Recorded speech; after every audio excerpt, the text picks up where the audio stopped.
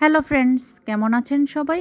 আশা করছি সবাই খুব ভালো আছেন। আমার নতুন আরও একটি ব্লগে আপনাদেরকে স্বাগত। আজকে সকালবেলা ঘুম থেকে উঠেই বারান্দা পরিষ্কার করতে চলে আসছি। কালকে থেকেই শুরু করছি এই খাঁচাটা খোলা, কিন্তু পারি নাই কালকে, আজকেও আবার শুরু করছি। তো এটা হচ্ছে পাখির খাঁচা। আগে তো পাখি পালতাম, তো অনেক দিন আগেই পাখিগুলো ছেড়ে দিছি, তাই এখন আজকে খাঁচাটাও খুলে নিতেছি।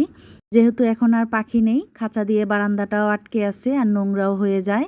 এই খাঁচার ভেতরে তো হাত দিয়ে ওইভাবে পরিষ্কার করা যায় না, তাই খাঁচাটা খুলে ফেলতেছি। এই খাঁচাটা হচ্ছে আমার বড় ছেলে আর আমার ভাই মিলে বানাইছিল।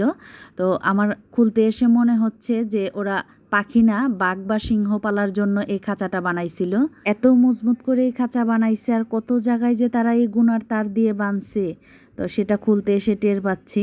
এদিকে অ্যালোভেরা গাছগুলোও নষ্ট হয়ে গেছে, আজকে তুলে ফেলে দেবো এগুলো, আবার নতুন করে লাগাই নেব। অ্যালোভেরা গাছ তো একটা চারা লাগালেই অনেক হয়।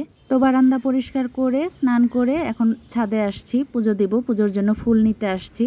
আর আজকে অনেক দিন পর একটু ঝলমলে রোদ উঠছে, আকাশটাও পরিষ্কার। বেশ অনেক দিন ধরেই তো শুধু বৃষ্টি আর বৃষ্টি হচ্ছেই। আজকের আকাশটায় খুব সুন্দর টাইম ল্যাপস নেওয়া যাইতো, কিন্তু টাইম ল্যাপস নিতে গেলে তো অনেকটা সময়ের প্রয়োজন। এখন আমার হাতে অতটা সময় নাই, তাই আর আজকে টাইম ল্যাপসটা নিতেও পারবো না।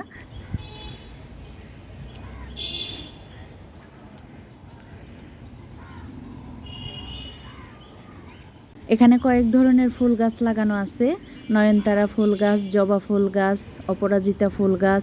আজকে জবা ফুল ফুটে নাই, শুধু নয়নতারা ফুলই ফুটছে, এগুলাই নিয়ে যাব।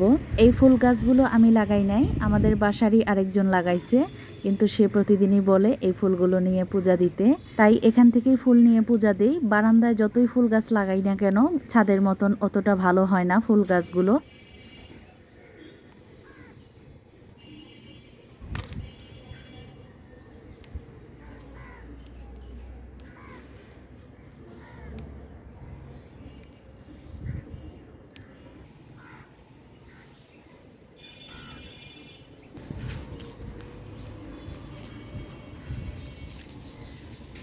ছাদের এই পাশটাতেও কয়েক ধরনের ফুল গাছ লাগানো আছে, এখানেও ফুল ফুটে আছে। আজকে রোদ উঠলেও সাথে প্রচন্ড বাতাসও আছে।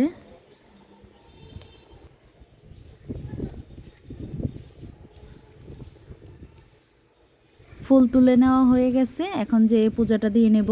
পূজা দিয়ে রান্না বান্নাও করে নিছি, এখন হচ্ছে রান্নার পরে যে বাসনগুলো বের হয়েছে সেগুলো মেজে নিতেছি। রান্নাটা এত কঠিন মনে হয় না, রান্না করতে ভালোই লাগে, কিন্তু রান্নার আগের আর পরের কাজটা খুবই কঠিন মনে হয়, কিন্তু তবুও কিছু করার নাই, প্রতিদিনই করতে হয়, এটা নিত্যদিনের কাজ। বিশেষ করে রান্নার পর বাসন মাজাটা আরো কঠিন বেশি মনে হয়। মনে হয় রান্নার পর যদি আর কোনো কাজ না থাকতো তাহলেই ভালো হতো। চুলাটাও মুছে নিলাম। আর প্রতিদিন যতই ধোয়া মোছা করি না কেন রান্নাঘর, তারপরও কিছুদিন পর পর একদিন সময় নিয়ে রান্নাঘর ডিপ ক্লিন করতেই হয়, না হলে ময়লা থেকেই যায় রান্নাঘরের। তো আজকে ডাল আর মুরগির মাংস রান্না করছি, একদমই সাদামাটা রান্না, পেঁয়াজ দিয়ে ডাল রান্না করছি আর মাংস। আর রান্নাটাও আজকে একটু তাড়াতাড়ি করেই করছি, কারণ বড় ছেলের পরীক্ষা চলতেছে স্কুলে, প্রিটেস্ট পরীক্ষা, তার জন্যই একটু তাড়াতাড়ি করে রান্না করছি। এই যে রান্না করে তাকে খাবারও দিয়ে দিছি।